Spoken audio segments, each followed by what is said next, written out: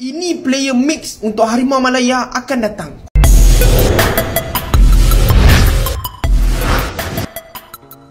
Assalamualaikum warahmatullahi wabarakatuh. Salam jumpa lagi di channel ini. Ya, publik sepak bola negara tetangga sedang heboh dengan berita akan adanya beberapa pemain naturalisasi baru. Sebagaimana informasi yang beredar di jagat maya, bahwa ada pemain yang katanya berasal dari Spanyol dan ada juga terbaru katanya dari Belanda dan diklaim semuanya keturunan Malaysia, dan mereka adalah pemain-pemain bergrade A yang bermain di klub-klub elit di Eropa.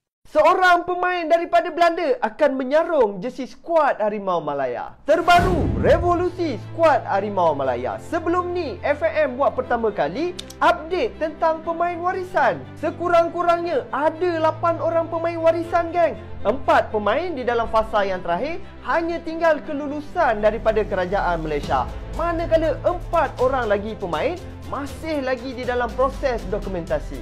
Terbaru, update daripada Rock Friend, seorang pemain daripada Belanda di dalam fasa yang terakhir. 3 pemain lagi masih di dalam proses.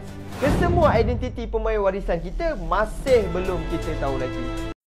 Rupa-rupanya, seorang daripada 4 pemain warisan yang bakal diserapkan dari dalam skuad Harimau Malaya tu berasal dari Belanda. Proses untuk mendapatkan pasport Malaysia bagi pemain warisan dari Belanda tu sekarang ni dah di peringkat akhir. Perkara itu didedahkan CEO Harimau Malaya, Ketua Pegawai Eksekutif Harimau Malaya, Rock Friend, dalam satu kenyataan hari ini. Bagaimanapun, beliau tidak mendedahkan identiti lengkap pemain dari Belanda tu.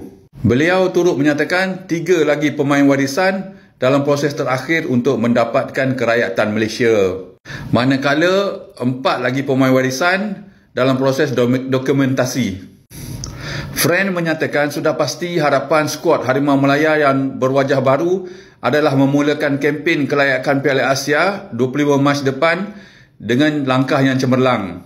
Mereka akan bermula dengan perlawanan di Nepal pada 25 Mac sebelum melayan Vietnam di ibu negara pada Jun depan. Pada masa sama, di sebalik kehadiran 8 pemain warisan yang dijangka, Friend menegaskan tidak akan memandang rendah atau mengetepikan bakat-bakat tempatan. TMJ sedang mengusahakan 6 pemain warisan grade A bakal memperkuatkan Harimau Malaya ke pentas Asia. Apa cerita pula ni? Jom aku kongsikan. Tunku Ismail menyeru kerajaan untuk mempercepatkan proses pasport mereka. Langkah ini penting untuk memastikan Harimau Malaya bermula kuat dalam kelayakan Piala Asia 2027. Dengan jurulatih Peter Skalamovski dan CEO Robert Grant, Harimau Malaya kini bersedia untuk bersaing di peringkat tertinggi. Ini adalah permulaan era baharu bola sepak Malaysia. Tunku Ismail terus membuktikan komitmen beliau terhadap bola sepak negara dengan pertemuan bersama Presiden FIFA Gianni Infantino. Revolusi ini nyata berada di landasan yang tepat. Tahukah anda, 4 pemain warisan sah menyarung jersey Harimau Malaya menurut CEO FAM? Jom aku kongsikan. Proses mendapatkan pasport Malaysia untuk pemain warisan kini di peringkat akhir. Alah, 3 lagi pemain dalam proses dokumentasi. Langkah ini dijangka memperkukuhkan skuad kebangsaan menjelang kelayakan Piala Asia 2027 yang bermula Mac ini. Adakah ini bermakna pembangunan bakat tempatan akan terbaik? Apa pendapat korang? Jangan risau, menurut CEO FAM, Rock Friend, naturalisasi hanya sebahagian daripada strategi. Fokus tetap diberikan kepada pembangunan pemain tempatan untuk memastikan kejayaan jangka masa panjang pasukan kebangsaan kita. Sumber ni dari CEO FAM sendiri. So, korang jangan risau. Ini bukan rumours. Ini betul-betul, guys. Korang rasa heritage player ni dari mana? Ya, jika mengikuti perdebatan selama ini, sebagian oknum net tetangga ketika berbicara tentang sepak bola dengan Indonesia, maka statementnya adalah Indo-Belanda atau Belanda B. Namun seakan mereka kini menjilat ludahnya sendiri, karena ternyata dalam perkembangan, federasinya mulai mengincar pemain dari Belanda dan Spanyol, yang katanya memiliki garis keturunan Malaysia. Kemudian warganetnya mengklaim bahwa timnasnya sekarang akan ber-DNA Spanyol dan akan menuju ke Piala Dunia. Makin power lah Malaysia lepas ni sebab ada 4 pemain warisan yang akan join skuad Harimau Malaya tau. silap-silap kita ni akan ke Piala Dunia tak lama lagi. Oke, pernyataan sama sebenarnya pernah dilontarkan ketika timnas Malaysia masih dilatih oleh pelatih asal Spanyol Pau Martí Vicente yang menggantikan Kim Pan Gon.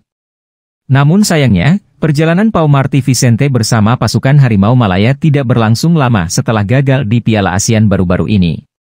Dengan program dan semangat baru revolusi Harimau Malaya, Federasi Sepak Bola Negara Tetangga menunjuk pelatih asal Australia Peter Klamovski, kemudian Robert Douglas Friend sebagai Chief Executive Officer.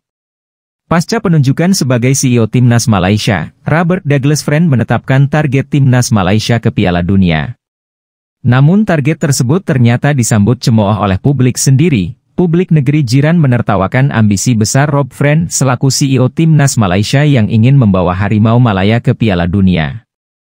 Klaim itu dianggap publik Malaysia sebagai tujuan yang ambisius dan dinilai masyarakat negeri jiran sebagai target yang tidak realistis.